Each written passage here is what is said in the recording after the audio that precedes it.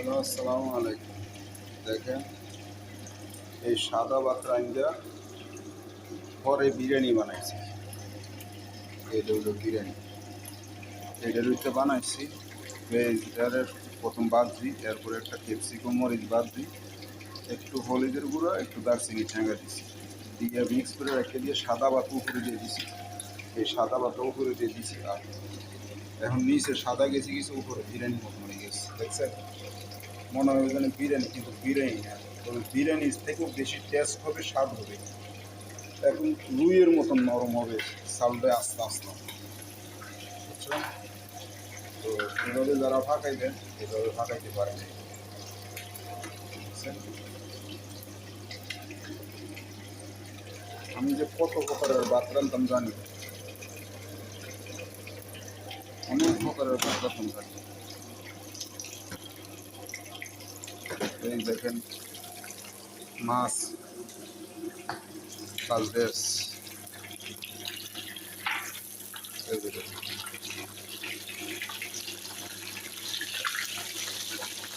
কারণ আমি ফাঁকের কাম দো, আজকে মাছ, কালকে এটা, আজকে বেশি তেমন একটা ফাঁক নাই।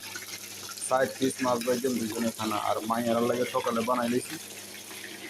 আর মাছের সাধারণত হইলে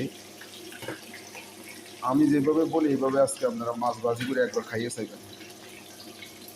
প্রথমে মাছটা কাটতে করতে পরিষ্কার করে নেবেন, এরপর লবণ দিবেন, এরপর হলদি মরিচ দিয়ে দিবেন, দিয়ে গোলমরিচের একটু পাউডার দিবেন, দিয়ে একটা লেবু চিপে দিয়া 1-1.5 ঘন্টা হালাই রাখবেন মাছটা।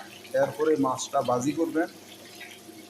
এই যে লেবুর পানিটা থাকে না, এইটা পরে মাছটা ভাজা মাছটার এক সাইডে উঠিয়ে কতগুলো দিবেন, দিয়ে আবার মাছটা এইভাবে উল্টাই নেবেন, উল্টাইয়া তেলের ভিতরে আবার এইভাবে দিবেন, দিয়ে আবার এটা এইভাবে উল্টাই নেবেন, উল্টাইয়া মাছটা ভাজি করবেন, যেমন আমি ভাজি করছি। দেখেন, মাছটা খাইতে এত টেস্ট লাগবো, স্বাদ লাগবো, আপনি অনুভব করতে পারতেন না। ঠিক আছে?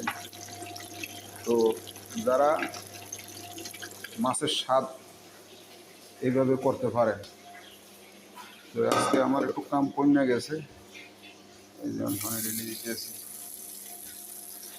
আমার পাক আজকে শেষ হয়ে গেছে।